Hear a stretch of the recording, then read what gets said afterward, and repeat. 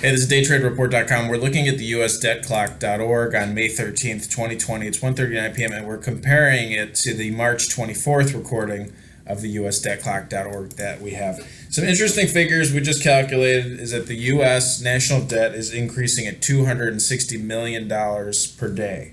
So every day the U.S. government is spending $260 million that it does not have, that it is not collecting in revenue.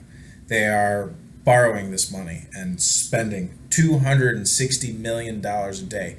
You can see here it's the velocity of it has increased from $25,000 a second to $33,333 a second. That's what we're adding to the U.S. national debt. As far as U.S. federal spending, let's do a countdown. 1,000, 2, 1,001, 1,002, 1,001, 1,002, 1,001, 1,002. So they're adding approximately $5,000 in federal spending per second, and that has increased from 3,000. So it's gone up. They're spending $2,000 more a second. 2,000 more per second than we were 60 days ago, which is insane. The U.S. federal government is now spending $2,000 more per second than we were on March 24th, 2020. That's how much spending has gone up every second. Per second. We're spending $2,000 additional dollars a second.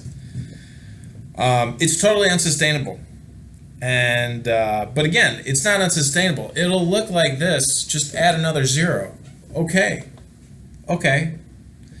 That would be the reality of where we would be. Let's say the chart on the U.S. national debt, according to Peter Schiff, is we're not just going to be spending $2,000 more per second. We're going to be spending $10,000 more per second. So increase all of this by fivefold. If we're spending $10,000, if it goes totally banana republic. Anyways, this is usdebtclock.org. This is my three-part series, is an investigation into all these figures that are presented on U.S. Debt Clock.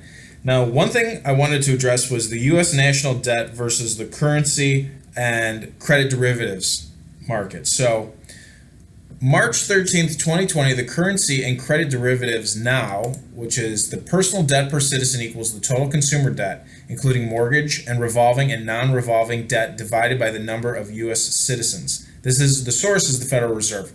It's now at $679 trillion, $880 billion, $600 million. It's going up 1,000, 2, 1,000, 3, 1,000. Let's count it. 1,000, 2, 1,000, 3, 1,004, 1,005, 1,006, 1,007, 1,008, 1,009, 1,000. So about every 10 seconds, $10 million is created out of thin air by the Federal Reserve. Every 10 seconds, so $1 million, that's what I calculated, is $1 million a second. And it increases at $1 million a second, which is, maybe it's gone up 10%, but the total currency is $679 trillion. It increases at $1 million a second.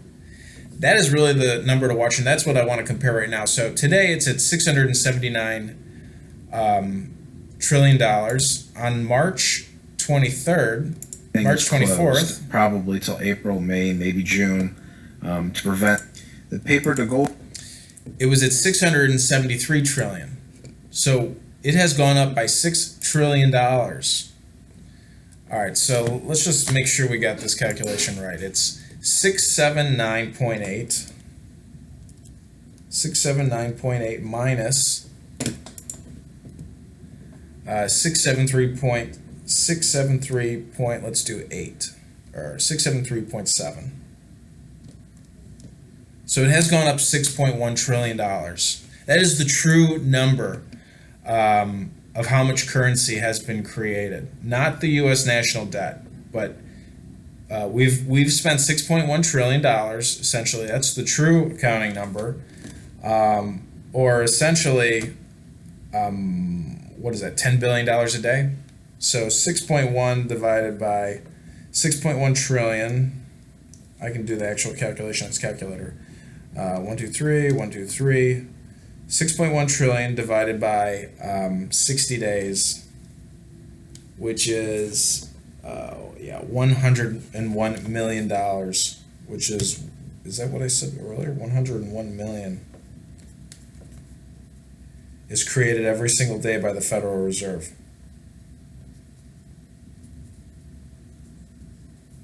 $101 million per day is created out of thin air. That's what's keeping everything afloat. If the Federal Reserve did not create $100 million a day out of thin air, the whole system would shut down. This is the time velocity that is presented here on this USDebtClock.org. In my previous video, I said that this is just a script running at a time velocity. They've just adjusted the velocity, or they've gone in and actually made some adjustments to their database. I'm not sure, but I'm sure that $6 trillion has been created in 60 days, according to the currency and credit derivatives calculator here at 679 trillion. We were previously at 673 trillion. So to think that it's gone up, if we can extrapolate out, is what I'm trying to say. If we've created $6 trillion in 60 days, what does that come out to be? That's $100 million a day. Let's multiply that by, let's say, the next 300 days. If that's what we've done in 60 days.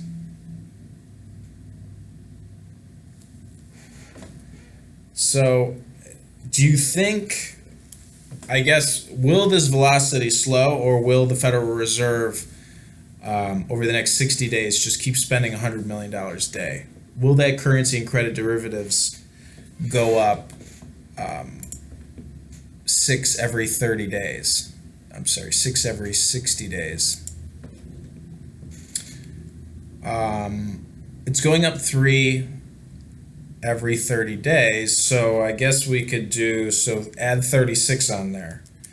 So 6, 7, 9. This is where we'll be at. What I want to do is give you a calculation for 2021. Got 2.5 minutes left. We can just put it at 6 more months. And it's going up 3. So just tack on 18. 6, 7, 9 plus 18. 6, 7, 9 plus 18. This debt clock, the currency and credit derivatives now, should technically be will probably be at $700 trillion on the 21st. This is my prediction of the 21st of January 1st, 2021. They're aiming for currency and credit derivatives to be at $700 trillion on January 1st, 2021. That's where we will be at. And if the ratio of the U.S. national debt tracks the same, the U.S. national debt, let's see, 0.3. All right, let's just do, 20 divided by 679 is 2.9%. So times that by 25 trillion, 25.2 trillion.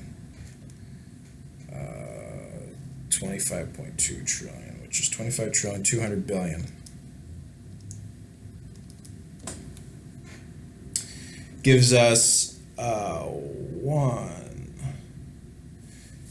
much is that? Is that 7? 1, 2, that's 742 billion. Additionally, 742 billion. That can't be right.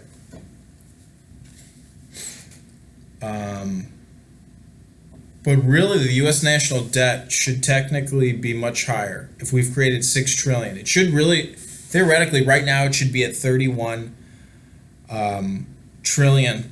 And I guess if that was only in 2 months, if we're adding $100 million, and how many more days do we have? We got 6 months, so 180 days times 100 million. 1, 2, 3, 1, 2, 3. 1.8 to the 10th, which is 100 million.